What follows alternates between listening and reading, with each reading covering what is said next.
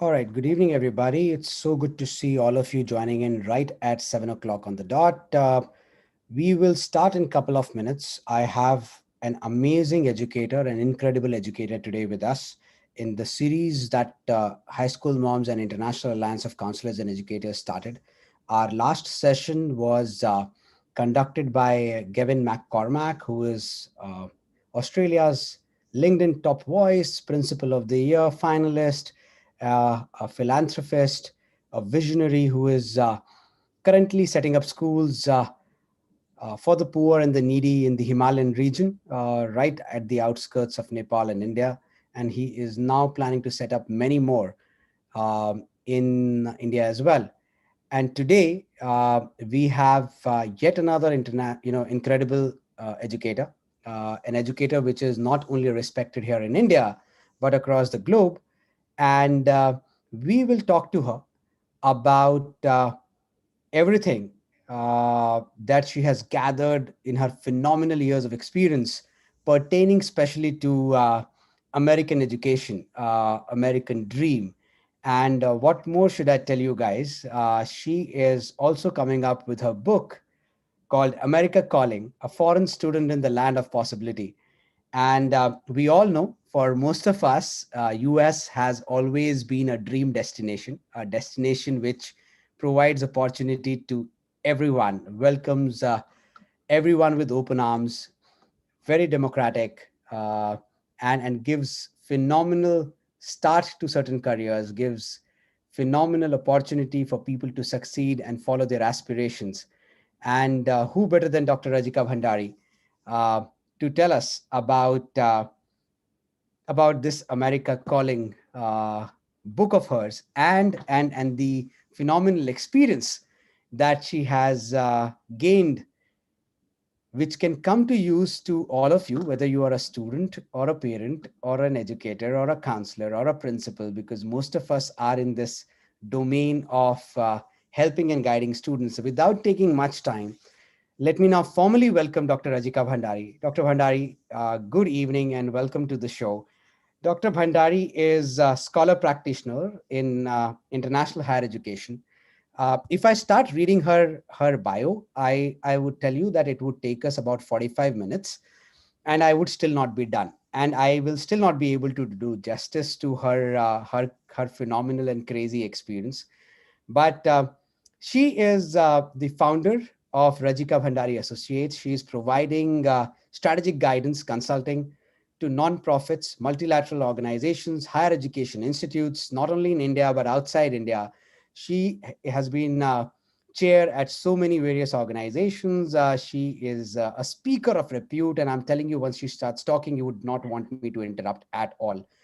And also an author of her upcoming book, America Calling, a foreign student in a country of possibility. Dr. Bhandari, welcome to the show. Thank you so much, Abhishek. And I'm really glad you didn't spend too much time on detailed bios, etc. But thank you so much. And thank you also to High School Moms for inviting me. I'll actually start by sharing a secret with you. Listening to this wonderful introduction, it might actually surprise you to hear that many things in my life have been accidental. And you wouldn't guess it looking at my CV or some other visible accomplishments like having a PhD, as you just heard. But the truth is that much of my early life and earlier career choices were about what I call respectable drifting. Whereas a good young Indian student, I always did what was expected of me. I never particularly questioned why I was studying psychology and had drifted into it like many of my classmates. Going to college was just something that everybody did to either improve their job or their, in the case of women, very often their marriage prospects. And most respectable girls in those days would go into either the humanities or the social sciences. And so I opted for psychology, which seemed like a solid and safe bet that promised some job prospects. And so it had boiled down to a process of elimination rather than being a carefully calibrated decision. I was never deliberate or intentional, and certainly not purposeful about my education after high school and in the early years of my career. And this is where you, as educators, come in. I share all of this with you to emphasize the role that all of you do and can play as educators, as teachers, as school administrators, and counselors in guiding students and helping them find their sense of purpose. To develop not just academic knowledge, but to also develop the mindset and everyday skills that students will need to find their calling, whatever that calling is. This generation of students has leapfrogged in many ways, becoming so much more savvier than many of us were at the same age. And where it took me several years to find my way to where I am, your student stories are different because they have the benefit of your guidance and counseling. Having shared with you quite candidly some of my successes and failures in coming to this point in my life, I suppose I should speak a little bit about my actual background. And I started out, like many Indian students, with an undergraduate degree in India from the University of Delhi. And then, very reluctantly, and there's the accidental part again, very reluctantly, I decided to go to the US to study. I obtained my master's and my PhD in psychology from North Carolina State University. But during my studies, had moved quite far away from pure psychology and had become very interested in the role that education plays in global development, particularly the education of girls and women, and the impact that it has on societies like India. And this has always been a deep interest of mine as well. By the time I was finishing my doctoral degree, like almost every other Indian student around me in the US, it seemed obvious to me that I should stay on for a bit and work for a while. At that time, I made a very clear decision that I did not want to remain in academia or what is called the ivory tower. And so I decided to work outside the university sector as a researcher in the field of education. I wanted to ideally work on women and education globally and work for well-known places like the UN and the World Bank and others, but found that those doors were closed to me, or at least I perceived them to be closed because I did not speak a major foreign language like either French or Spanish or Arabic. And Hindi did not really count because the good news is that India has never colonized any other country, but that also means that Hindi has never spread much outside of the Indian subcontinent. So I found myself researching domestic issues in the US, such as school reform, parental involvement in education, etc. But something did not sit quite right. While I was doing important work with an impact, something was missing. And around this time, I decided to attempt to move back to India. I felt it was my duty to return to India and to not become what in my book I call a fly trapped in American honey. It was the early 2000s and people were moving back to India in droves, but primarily in the high tech and finance sectors. When my attempt at moving back didn't work, as if by pure luck, I found a job at the Institute of International Education, or IIE, that many of you may be familiar with in New York. So the irony was that I ended up leaving California and moving not to New Delhi, but to New York. And this is a period and journey that I also write about in the book. It was joining IIE and leading the Open Doors report that quite literally opened the door to where I am today. That made things click into place for me, where instead of forces pushing me around for many years, where I was sort of being buffered and floating along, I was now being much more intentional and purposeful about my interests and my work. In the past 15 plus years, I have come to love the field of international education and all that it embodies. The mobility and aspirations of students as they cross borders to learn, as Abhishek also just described, the collaborations between teachers and professors globally, and the global exchange of knowledge. What I've come to realize is that it is not just about connecting the world through academic degrees, but at its most fundamental, it is also about connecting the world through ideas and values at the most personal level through individuals, but also at the very highest level through diplomatic ties between countries. This has certainly been the case for India and the US, which have shared, where education has been a powerful bridge, and they have shared such a history for almost 200 years. One of my most memorable interviews for the book was with Ambassador Richard Verma, who, as many of you know, served as the last ambassador to India under President Obama and was in fact the first person of Indian origin to do so. And Ambassador Verma shared with me not only his family's journey, where his father arrived as a foreign student in New York with $14 in his pocket, but how he himself was struck during his time in India as an ambassador, where the average person would come up to him and say that they felt a strong connection to the US, either because their children, their relatives, or they themselves had indeed studied in the US. Over the years, I slowly became an expert in studying how and why international students leave their homes to study and where they go. The subject matter and the issues resonated deeply with me since it was a lived experience for me, having gone to the US as an international student from India. As someone who studies these ebbs and flows, the past year has been tumultuous to say the least. And I don't need to say this to you, because you all have borne the brunt of this much more than people like me who sit on the fringes and study this phenomenon. Not only has post-secondary education globally been disrupted as colleges and universities have scrambled to continue to provide an education to their students, but for the US in particular, it's been a perfect storm where the pandemic followed several years of policies that were negatively affecting international students coming to the US. And as a result of these two factors, we have indeed seen the enrollment of international students in the US decline over the past few years, including from India.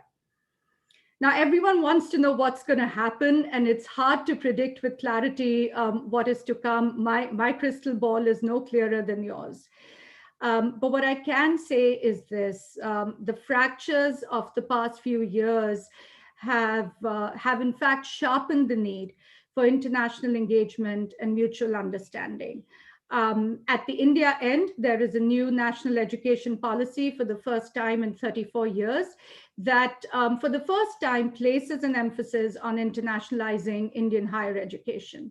And at the US end, there is tremendous desire and appetite among US institutions to continue to welcome all international students, and especially Indian students who, as you all know, have been a very large and visible presence on Indian campuses for many years. As far as students are concerned, my work and the conversations I've had for my book have revealed to me that the Made in America brand of education is remarkably resilient, and that despite recent immigration hurdles and the pandemic, there is interest in studying in America. But again, you all are the experts here. You're the ones who are the closest to your students. So I would love to hear from you whether this hypothesis is indeed true, or whether you're seeing something different. So with that, I actually want to conclude by reading a very brief portion to you from my book. And this comes from a chapter called Unofficial Ambassadors. When I was a student at the University of Delhi, most of the top professors had been educated in the US or the UK, And this number has only grown over time as a larger number of Asian students have returned to their home countries after studying in the US. These US trained faculty have gone back to countries like India, China, and South Korea and have set up American style universities, classrooms, and labs in their countries, hoping to offer their country the same world class education they had received in the US. According to the academic diplomat and author Kishore Mehbubani, a prescient Deng Xiaoping, the architect of modern China, once observed with hope, just wait until the 40,000 Chinese return from American universities.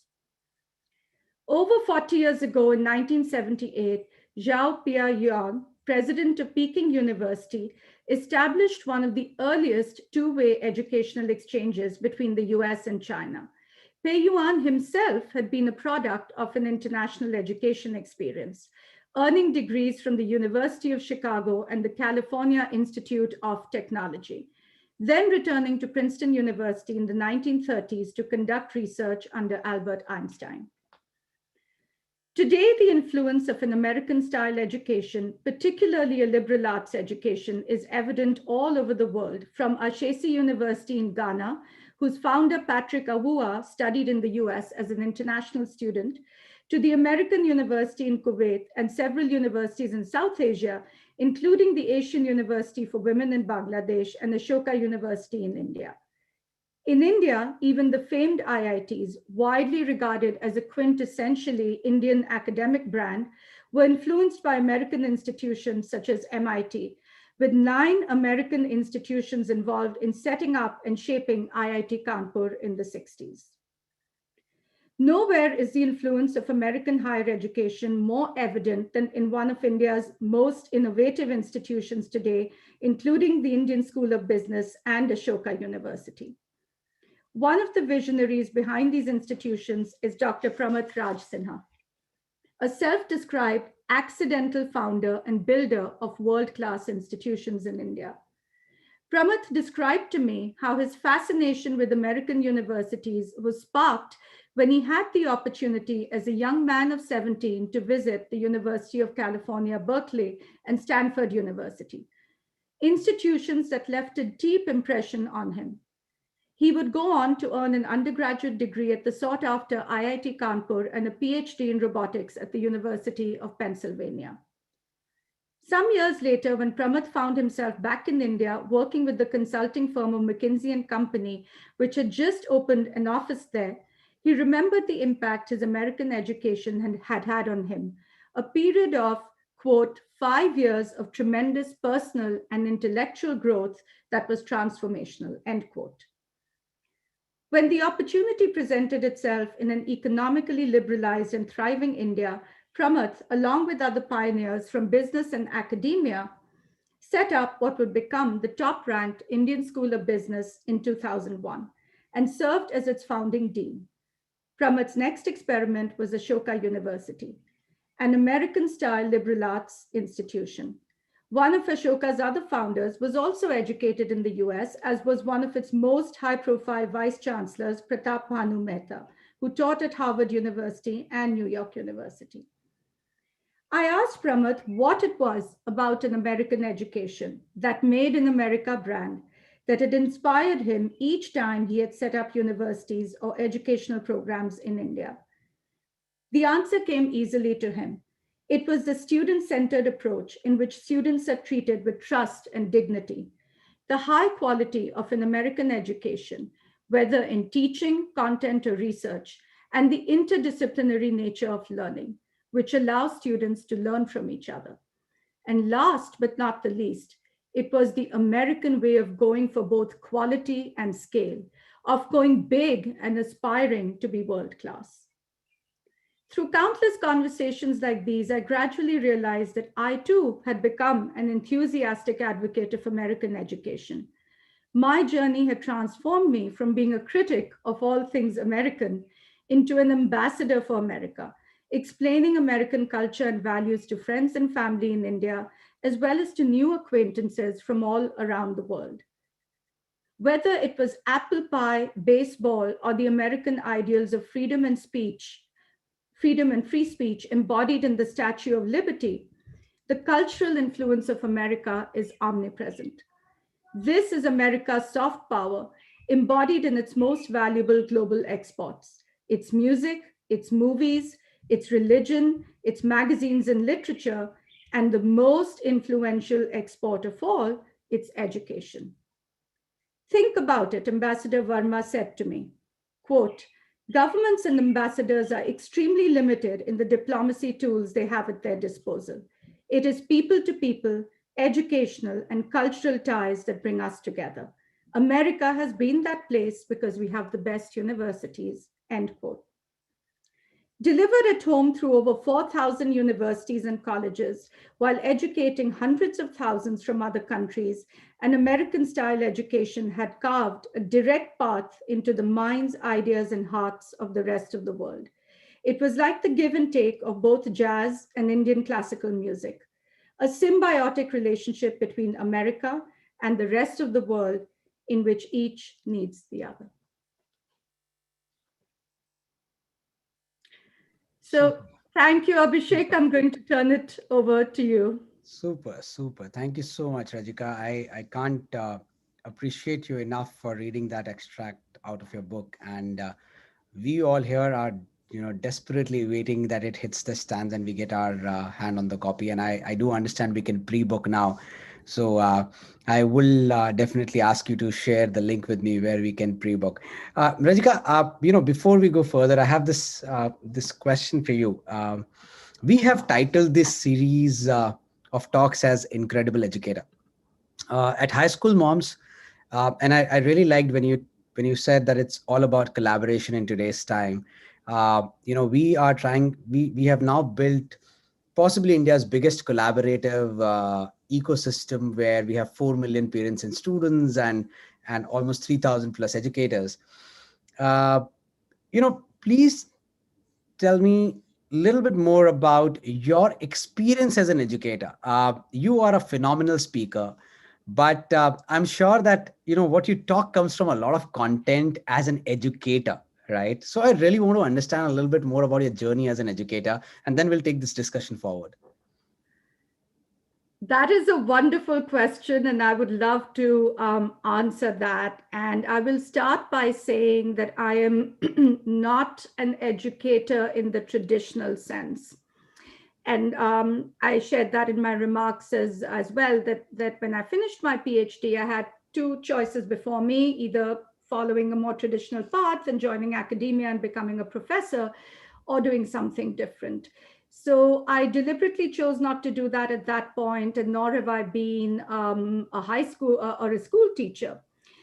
But I consider myself an educator because I have always taught students. In fact, I will give this away, but I hope you will get the book and read it for yourself. The opening scene of my book is where I have just arrived from India.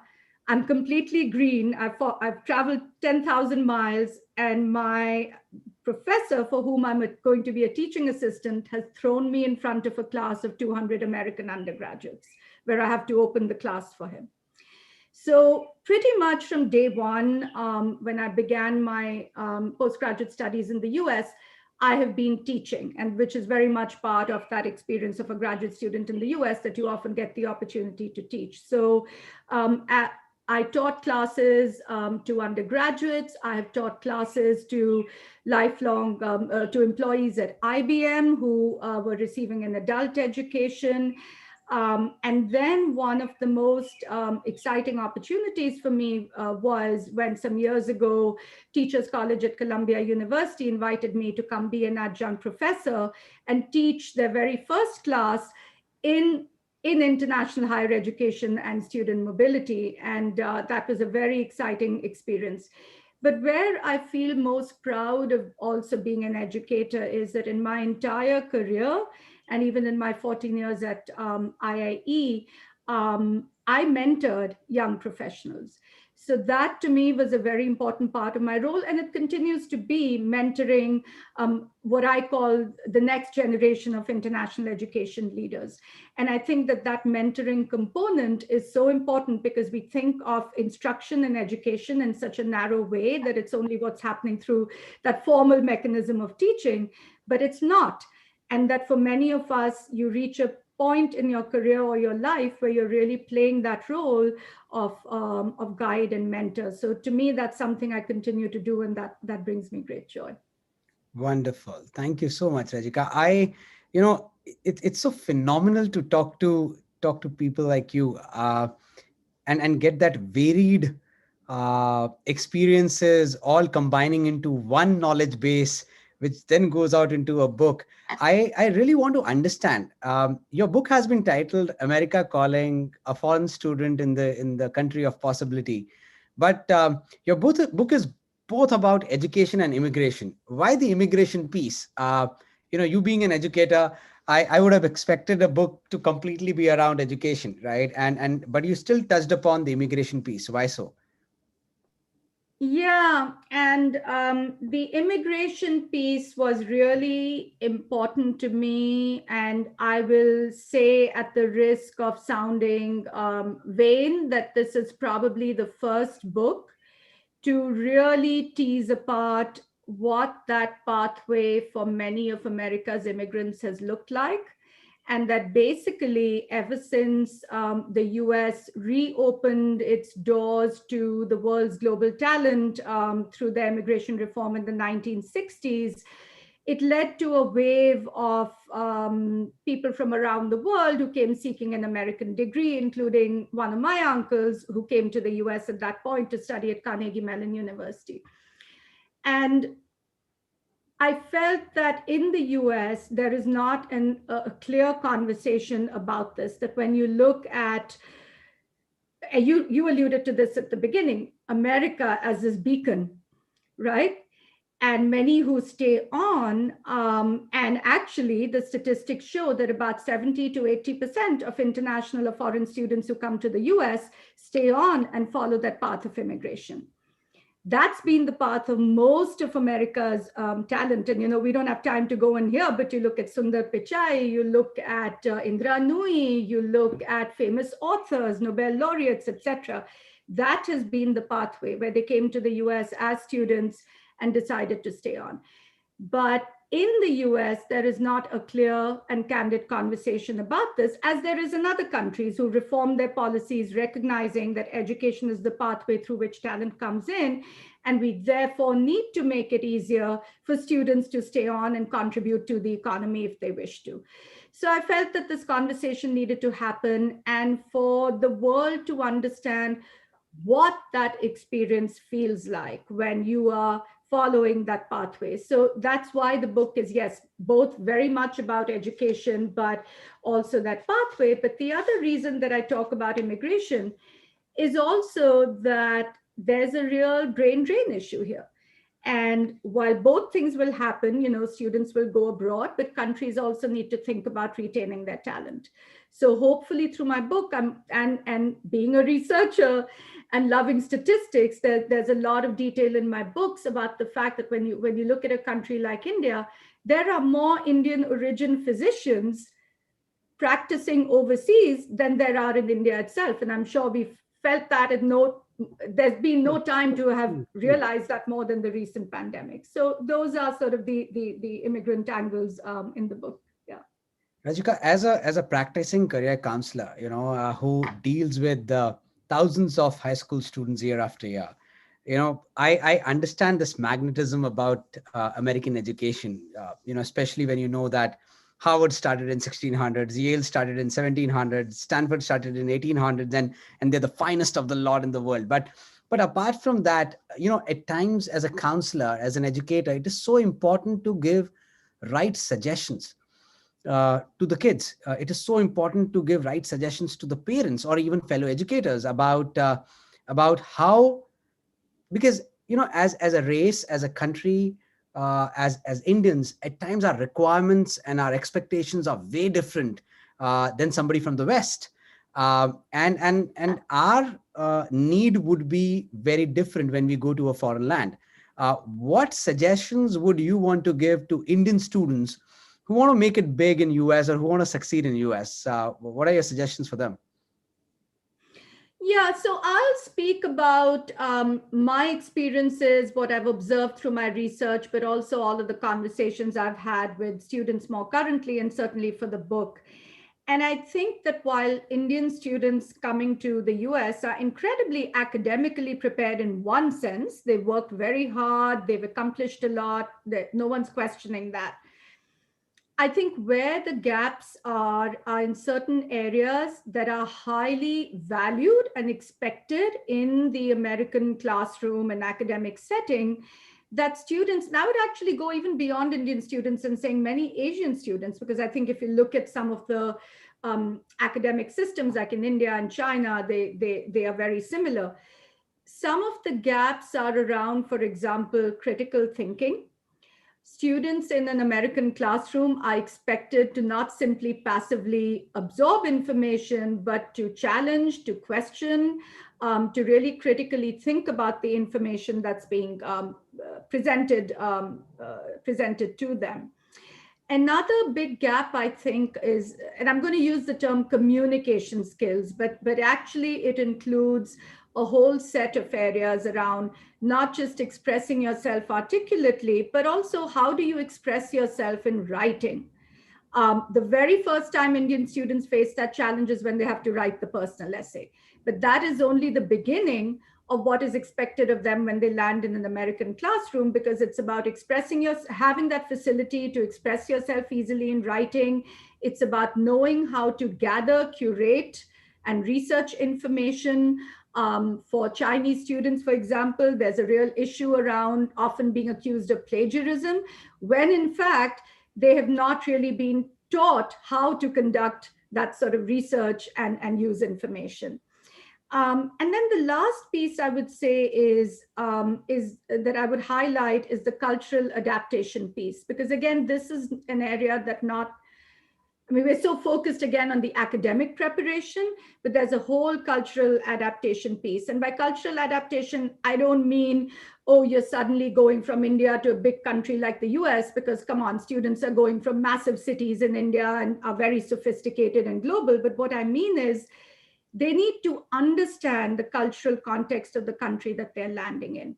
And if they don't, that adjustment can be very difficult. And the burden of that lies both with counselors and parents and others at the India end, but also certainly at the US end for institutions to prepare students to succeed. And what I specifically mean is that last year was a very interesting year for international students in the US, because when the Black Lives Matter movement came to a head, it was a real wake-up call, and the first time that they, in a very real way, were confronting and understanding social dynamics, racial dynamics, communal dynamics within US society. And then this year as well, with the rise in hate crime against Asian Americans. So I think those are the areas that really need much more focus as we prepare students. Right. And but what happens, in India, maybe because of financial reasons or non-financial reasons, not everybody would want to or can afford to go to US to study because that's accepted. An American education dream may or may not be expensive. What suggestions would you want to give to the students who either cannot, or do not want to go to US to study? Very fair question. And I should say that despite, yes, the title of my book and even the piece that I read, I do not mean to suggest that this is the right option or should be the right option for every student. So that's why I said that one big part that I talk about in the book is the issue of brain drain and what do countries need to be doing to keep their students at home and attract back talent. And if we look at the numbers, even though in absolute numbers it seems so large, so many Indian students are going overseas, it is only 1% of the college-aged population. So to your question, what about the remaining 99%?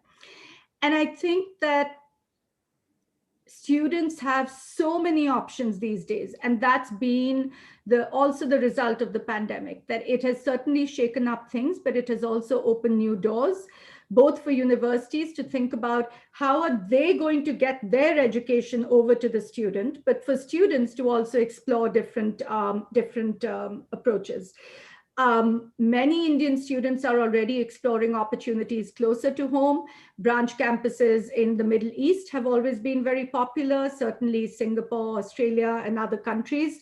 But that is still about going abroad. The other options are about remaining home. And I'm very optimistic about some of the push in the national education policy to bring about more internationalization at home, which is not only an issue for India. This is an issue for all countries. Even when you look at the US, only 10% of Americans are going abroad. So what about the remaining 90%? So I think worldwide, and certainly in India now, there's a big push towards how to bring that international experience to students to help them be globally savvy and be global citizens without necessarily a more traditional mobility experience. Right, ladies and gentlemen, before we ask more questions to Dr. Bhandari, I will put in the link in the chat here. This is where you can pre-order the book, America Calling, A Foreign Student in the Land of Possibility. We will also send this as an email to everybody in our database who has reached out to high school moms. We will also post it across our social media handles. But this is one book that you must grab your hands on, because knowing Dr. Bhandari, I can tell you that she is one fine educator. She is humble enough to say that she is not an educator in real sense, but there are not very many people in our world who are ready to train fellow educators to deliver the last mile learning to our high school students, and she's definitely one of them. So please go ahead and pre-book the book. The link is right there. uh, Rajika, coming back to one of the portions of the book where you have mentioned your attempt to go back to India, which did not materialize, did not succeed. Tell us something more about that. Yeah, and as I said in my remarks, there was always this. So there's the American dream, which I sort of ended up ultimately pursuing, you could say. But there was also always this hope and dream that I'm going to come back home. You could call it patriotic or call it whatever, but there was this sense that I will have let my country down if I don't go back. So I ultimately attempted that move back, and there was, I was hearing a lot, oh, everyone's moving back, the Indian economy is booming. So I said, okay, let me pack my bags. I'm also going to be part of this wave going back. But what I found was that while there was a lot of optimism and certainly things were changing, they were changing for a certain set of people. And invariably, those were your, with no offense to anyone, but your high flying investment bankers coming back, your techie types leading, the India offices of multinational firms, etc. And I found, so I came to India, I planted myself in Delhi for 6 months, was knocking down doors, trying to interview with organizations, interview with people to see if I could get a job. And what I found was that there really was not much room for people who are social scientists, who are policy experts. In other words, people who were doing work like me, that for those opportunities were still few and far between. And this was a rude awakening for me, because I will say quite candidly, and I think this still remains true, and particularly from a career counseling perspective also, India has had such a skewed focus on the hard sciences. And we know this, right? The focus on science and engineering and medicine, that it has often come at the cost, at the education stage, it comes at the cost of the humanities and the social sciences. And then fast forward in that pipeline, it's also reflected in career opportunities. So I felt that this was a double whammy, that I'd not only dealt with it when I was a student at Delhi University, but now I was trying to come back and found that there weren't opportunities for people like me. So I eventually returned to the US to take up a job with the IIE. So, and then I talk Right. about it more in depth in the book. My next question is very, very, very dear to me when I'm going to ask, because as a counselor, when I speak to other counselors or when I speak to high school students through my social media lives or Instagram, I generally say that people like me have changed 3 or 4 jobs. The kids that I'm talking to, they will change possibly 5 different careers in their lifetime. They will, and possibly that's the reason why the new term liberal education is gaining prominence all across the globe. When you mentioned about Ashoka, it's a classic example of an American education being made liberal, in all sorts of ways, and then repackaged for Indian needs. So you are so right there. You yourself have done so many incredible and different things in your career, that it's so difficult to keep a track of when I read about you. But I would want you to tell us, educator, researcher, speaker, author. What's next? What's coming next for you? So it's been very interesting. I mean, like I said earlier, the pandemic has, as everyone is saying globally, is, shaken everyone up, but it's really, I think, given people pause to stand back and take stock. And so, yeah, for many years, I was with IIE, which is, so a nonprofit executive for almost 14 years, until the end of 2019, all the while, of course, writing, researching a lot. And then last year, as many of you know, I stepped in to lead the IC3 Institute, which was a very exciting experience. So pivoted a little bit there. And now I'm in a new avatar of being my own business person. So this is a very interesting experience where I decided to launch my own research and advisory firm. And what I'm finding is that it is brought independence in many ways, that I am able to work with many of the entities, and work not just with one group whose work I love, but I'm able to bring whatever I have to share to different groups. So I'm very excited to be working on a very large global survey of virtual exchange programs, which is very relevant right now. I've been working with the World Bank on a project on internationalizing Indian higher education. So it's really thinking about where do my interests lie and how can I bring all of those together. And then with the book coming out mid-September, so I know, yes, the book comes out mid-September.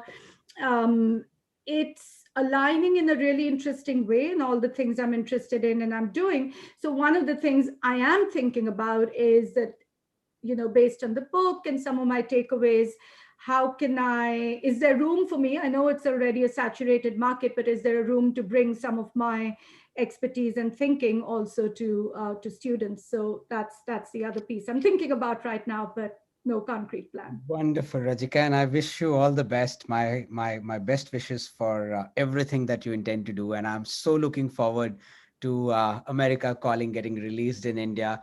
Uh, Ladies and gentlemen, boys and girls, that's Dr. Rajika Bhandari, an incredible educator, a phenomenal expert in the field of international higher education, somebody who has gained tremendous experience and now put it all together in her book called America Calling. My request to everybody is go out there and pre-book uh, pre-book the book at Amazon. The link is right there in your chat, and we will also share it over email to each one of you. Thank you so much, Rajika. It was wonderful talking to you. Thank you so much for taking out time early morning. I know it's a real early morning for you, but thank you so very much. Your parting words for high school moms, your parting words to everybody who's listening to you. Yeah, my parting words, I was just looking at the chat and some of the questions that have come in. I mean, I think my parting words would be that when we think about global and international, that definition has changed. And again, although I've talked mainly about physical mobility, there are so many ways in which we can be global. So I would also urge all of the educators, the teachers, the professors, and school administrators, if you yourself have had a global experience, what are you doing to bring that into your teaching and to share that with your students? So that would be sort of my parting thought. Thank you, Rajika. Ladies and gentlemen, we will look forward to see you on yet another episode of Incredible Educators, the next session is going to be super interesting. It's titled Pursuit of Happiness, and I will share some information around it in couple of in coming weeks. But until next time, stay home, stay safe. Even if you're vaccinated, take all the precautions. Keep wearing your face masks. Keep sanitizing your hands well. Remember, the only way you can take care of the world is by taking care of yourself. And thank you so much, Dr. Rajika Bhandari, for taking out time. It's always a pleasure to host you. First time I hosted you was on the Global Ed Connect Summit. Today it's the second time, and I look forward to your support every time. I ask for it. I hope that you will always agree to be here. Thank you so very much. And the link will be shared with all of you onto the email and with everybody through our social media platforms, along with the recording of this session. And until next time, take care. Good night. Thank you. Thank you, Rajika. Bye bye. Thank you. Bye bye. Thanks, everyone.